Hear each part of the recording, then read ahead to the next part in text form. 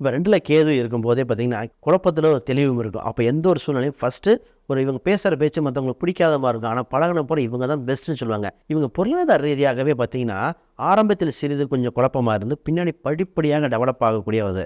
இவங்க எந்த ஒரு சூழ்நிலையிலும் விநாயகர் வழிபாடு ஒண்ணு பண்ணிக்கலாம். 2 கேது விநாயகரை குறிக்குது. அந்த வழிபாடு பண்ணிக்கிட்டா பெட்டரா இருக்கும். குடும்பத்தில் இவங்களுக்கும் தனி குடித்தனம் உண்டு. கேதுங்கிறது அரசியல் தொடர்புது. இந்த கவர்மெண்ட் ஜாப் இருக்கிறவங்க, பெரிய பெரிய பொருளாதாரங்கள் வெற்றி பெறுகிறது எல்லாமே இந்த கேதுவோட அம்சம் தான். பிறந்த ஊரை விட்டு வெளியூரில் வளர்ச்சி, வெளிநாட்டில் வளர்ச்சி, வாடகை சம்மந்தப்பட்டது. கொஞ்ச நாள் வாடகை வீட்டில் தான் இருக்கணும். முதல் வீடு கட்டும் பொழுது வாஸ்து கரெக்டாக இருக்கான்னு செக் பண்ண வேண்டிய வாஸ்து தவிர்த்தக்கூடாது. ஏதோ ஒரு பெட் அனிமல்ஸ் இயற்கையாகவே வந்துடும். கண் சம்மந்தப்பட்டது அதை மட்டும் பார்க்கணும். இவங்க பேசுகிற பேச்சு மந்திர வாக்கு மாதிரி இருக்கும்.